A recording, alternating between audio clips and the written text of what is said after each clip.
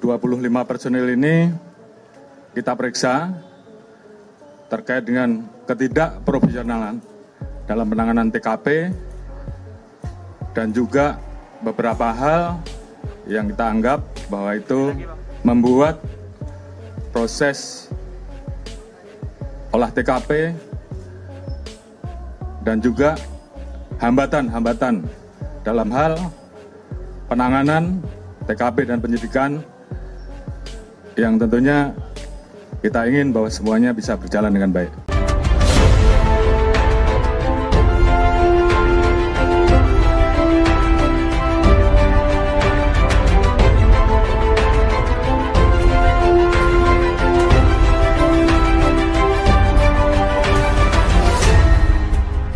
Tonton video ini sampai selesai agar Anda tidak gagal paham.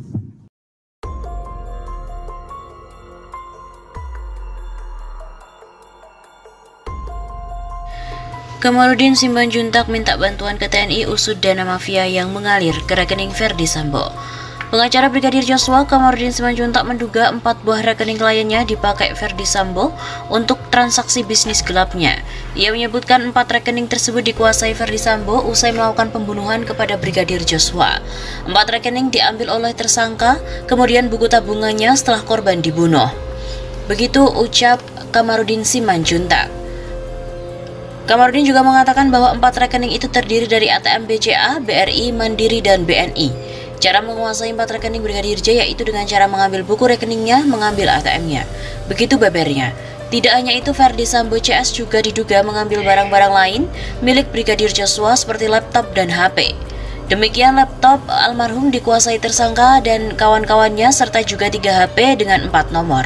Menurut Kamarudin, hal tersebut untuk memuluskan memindahkan dari bisnis gelap, yakni penjualan narkoba, miras, judi online, dan juga bisnis mobil R.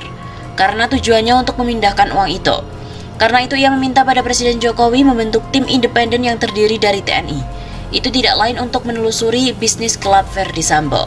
Presiden RI siapapun dia, tolong dong, kasih atensi. Bentuk tim independen melibatkan TNI Angkatan Darat, Laut, dan Udara, terutama PPATK. Begitu ucapnya. Bahkan menurut Kamarudin, 4 rekening Brigadir J diyakini masih bertransaksi atau menerima uang dari bisnis gelap Ferdi Sambo sampai hari ini. Saya punya keyakinan 4 rekening dari Brigadir Joshua ini masih melakukan transaksi sampai sekarang dari tanggal kematian Brigadir J tanggal 8 Juli. Begitu tandasnya. Selain itu, pakar pidana juga ikut berkomentar bahwa penegak hukum dan juga PPATK perlu menelusuri dana taktis Sambo yang diduga didapat dari mafia.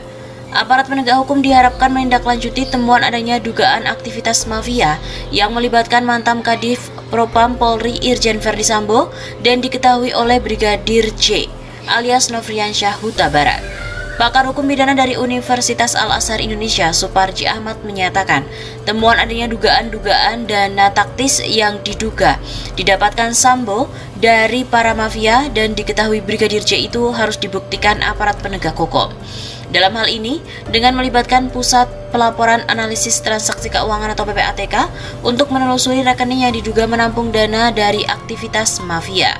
Supaya ada kepastian hukum, mencegah fitnah dan munculnya berbagai spekulasi, sebaiknya temuan tersebut ditindaklanjuti dan agar lebih akurat perlu melibatkan PPATK, kata Profesor Suparji kepada redaksi Kantor Berita Politik RMOL Rabu 17 Agustus.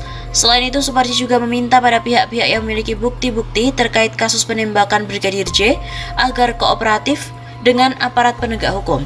Itu tidak lain agar kasus yang menetapkan Ferdi Sambo sebagai tersangka itu semakin terang benderang.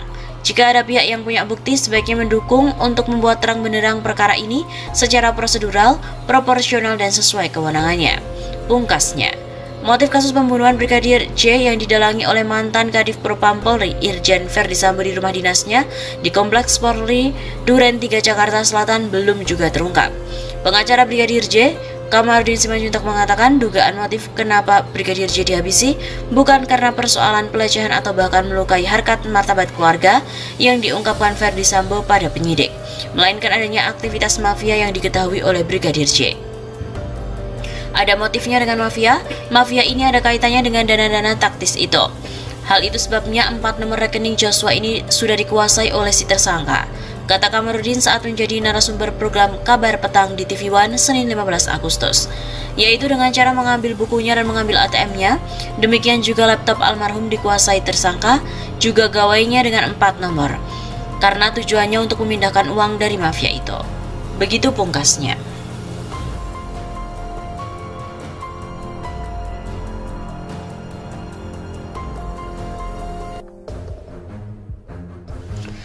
Fahmi Alamsyah diduga terlibat skenario Verdi Sambo.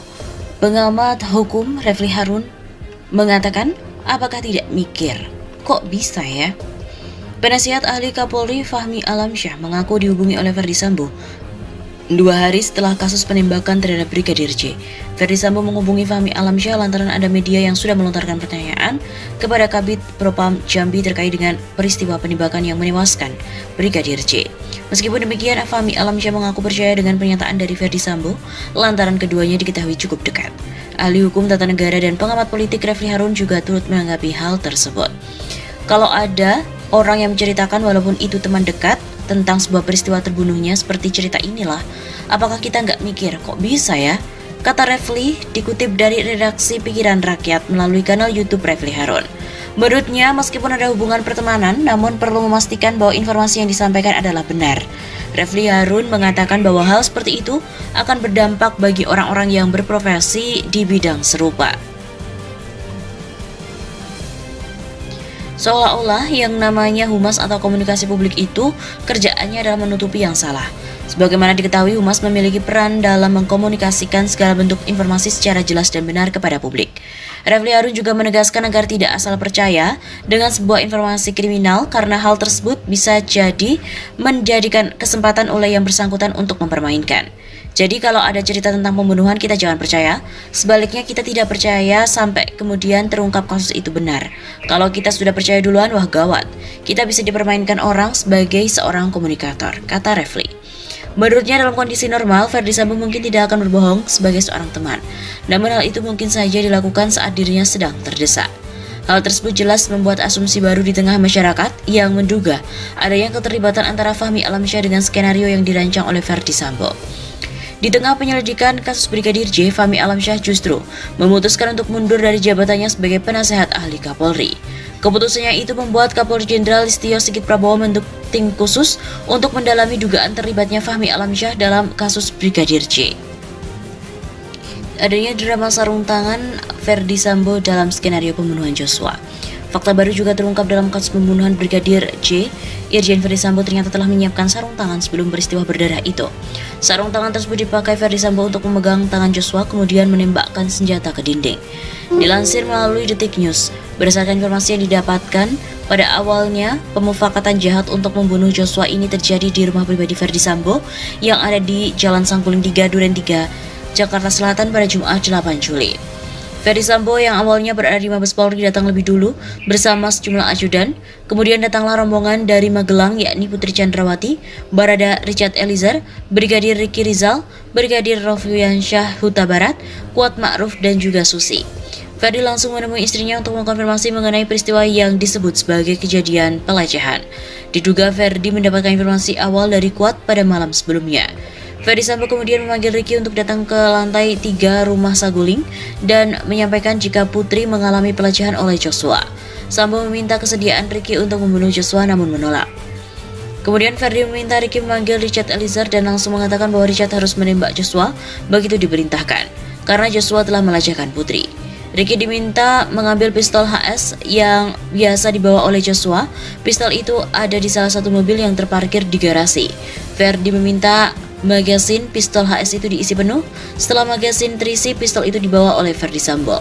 Setelah rencana dibuat, rombongan Putri Chandrawati yang disertai Ricky, Kuat dan Joshua lalu bergerak dari rumah pribadi ke rumah dinas Verdi Sambo yang jaraknya kurang lebih 500 meter. Tak lama kemudian Verdi Sambo bersama rombongan yang membawanya dari Mabes Polri bergerak menuju rumah dinas. Sebelum memasuki rumah dinas, Verdi Sambo mengenakan sarung tangan berwarna gelap, bersarung tangan dan membawa pistol HS9. Verdi Sambo mengendap-endap masuk ke dalam rumah. Salah seorang saksi yang saat itu berada tidak jauh dari rumah melihat pistol tersebut sempat terjatuh lalu dipungut oleh Verdi. Sambo juga tak menyadari aksinya memungut kembali pistol yang jatuh itu dilihat oleh seorang saksi. Berlanjut ke dalam rumah dinas, di ruang tengah itu awalnya ada Ferdi Sambo, Richard, Ricky dan Kuat. Putri ada di dalam kamar depan tangga, sementara Joshua ada di ruangan lain. Ferdi lalu meminta Joshua dipanggil, Joshua diminta duduk, Ferdi kemudian memanggil Richard yang sedang berada di lantai atas. Begitu tiba di ruang tengah, Richard diminta untuk menembak Joshua. Sempat ragu, setelah diteriaki setidaknya 3 kali, Richard akhirnya menembak Joshua. Usai insiden berdarah, Sambo kemudian memegangkan pistol HS9 ke tangan Joshua. Dari posisi itu, Ferdi menembak ke dinding agar seolah-olah terjadi tembak-menembak. Mengenai kejadian itu telah diungkap oleh Kapolri Jenderal Listio Sigit Prabowo.